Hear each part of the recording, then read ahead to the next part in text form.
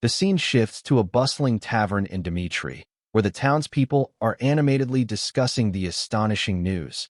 Dmitri has allocated a staggering 1 million gold coins for war compensation.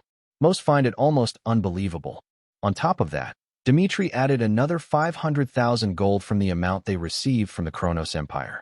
Some speculate that the wealth comes from Dmitri's rich iron mines, but even that seems insufficient to explain such a massive expenditure. Then, another man interjects, asking if anyone has heard about Chloe's family. He explains that Dmitri not only recognized Henderson's contributions by naming him a national hero, but also awarded his family a generous reward of 300 gold coins. The tavern quiets for a moment as he explains that Dmitri has introduced a new system, one where the families of those who serve the nation are cared for throughout their lives. Even Kronos doesn't treat its citizens this well, he adds solemnly. The scene follows the man home, where he shares his thoughts with his family. Looking at his father, he declares that he has made up his mind. He's going to enlist in the Dmitri army. Shocked, the father asks what kind of nonsense his son is talking about, reminding him that he is just a simple farmer. The young man replies with conviction, Henderson was just a farmer too. At first, he couldn't even swing a sword properly. But under Lord Roman Dimitri's guidance, he became a great swordsman. If he could do it, so can I. I want to be like Henderson. His parents are left speechless. Turning to his mother, he promises, I'll return a success. I'll be a proud soldier of Dmitri, no matter what. Then, with a smile, he says, one day, they'll call what's happening now the Henderson syndrome. The narrative then shifts to the Hector kingdom, where Edwin informs his father about Dmitri's war compensation policy. His father nods, stating he has heard that Dmitri not only defeated Kronos, but forced them into a truce. With admiration in his voice, he calls Roman Dimitry a truly extraordinary man.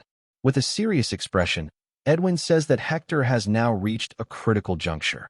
There is no longer room for coexistence under the same sky as Kronos. He urges his father to let Hector rise to greatness alongside Dmitri. Hearing this, Edwin's father makes a firm decision. From this moment forward, he declares, Hector will begin preparations for war against Kronos. The story then moves to the kingdom of Redford. King Redford, speaking with fervor, declares that his kingdom owes an immense debt to Roman and the people of Dmitri. If not for Roman, Redford would have faced total ruin, he proclaims. With that, he pledges Redford's full support for Dmitri in their time of need. The soldiers in the royal court erupt into cheers for their king's bold stance. Meanwhile, similar sentiments stir across other kingdoms, Cairo, Umberto, and Frank. The tides of war have reshaped the continent. For the first time, Kronos has tasted defeat in what is now being called the First Continental War. Valhalla, however, remains cautious, maintaining its stance as a neutral bystander. The old Continental Alliance has crumbled, giving way to a new power bloc. Dmitri, Hector, Redford, Cairo, Umberto, and Frank, united around the leadership of Roman Dimitri. Half a month later, the scene returns to Dmitri, where a recruitment notice is issued. Applications are now open for the position of private soldiers under Lord Roman himself.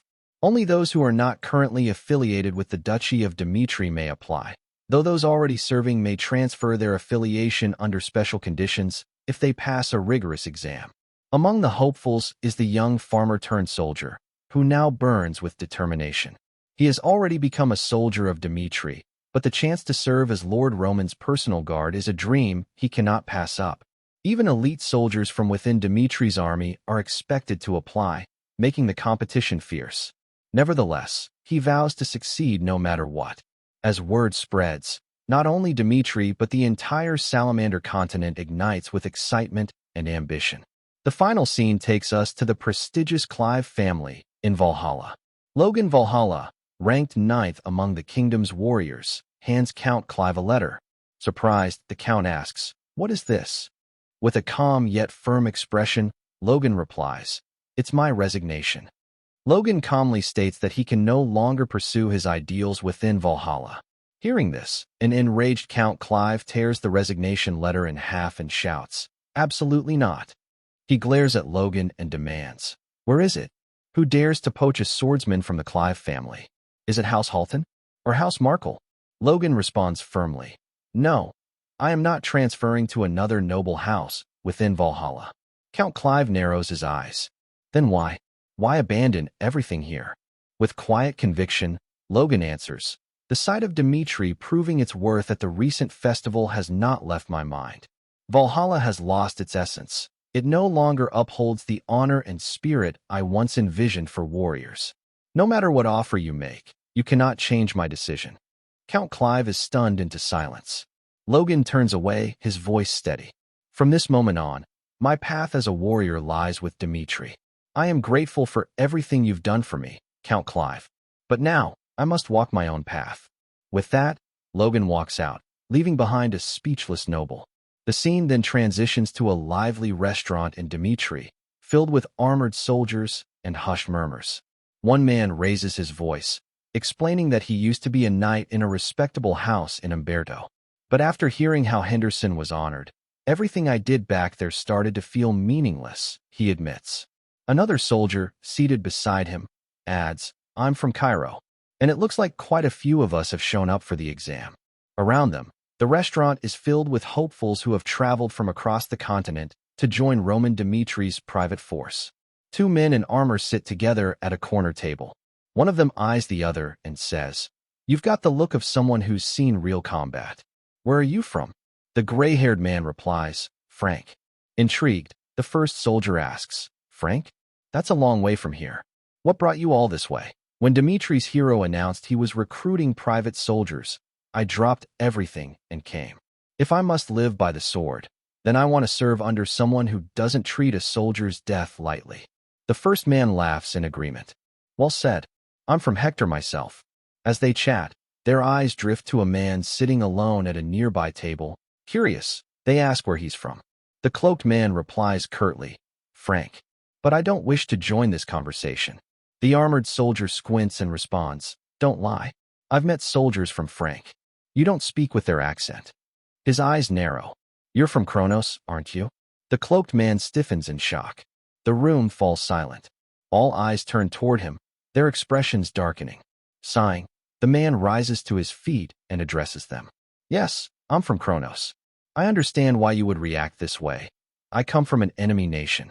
But I've grown weary of Kronos' ruthless ways. I could no longer raise my children in a place like that. A hush falls over the room.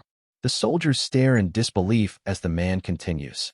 I fled with my family under the cover of night. I know Baron Charlton died. I know how hard it is to believe. But I want a new life, for myself and for my children. The tension slowly fades. One soldier murmurs, Even soldiers from Kronos are coming now. The armored man who first questioned him nods thoughtfully. If the word is spread this far, and people are defecting from even Kronos, then getting through this recruitment exam is going to be incredibly tough. The scene shifts once more, this time to the Dmitri Palace, where Captain Jonathan stands with his assistant. The assistant turns to him and asks, Captain, how many applicants do you think will show up this time? Captain Jonathan responds, Even when young Master Roman wasn't as famous as he is now, the numbers were considerable. This time, I wouldn't be surprised if we reached 10,000 applicants. His assistant gasps, 10,000. Captain Jonathan nods seriously. The document screening has just begun, and already the gates are crowded. Today alone, I expect thousands more to arrive. As they enter the staff room, Captain Jonathan pauses in shock. Stacks upon stacks of application forms fill the room. He exchanges a glance with his assistant, the reality setting in. On just the first day, more than 1,000 people have already applied.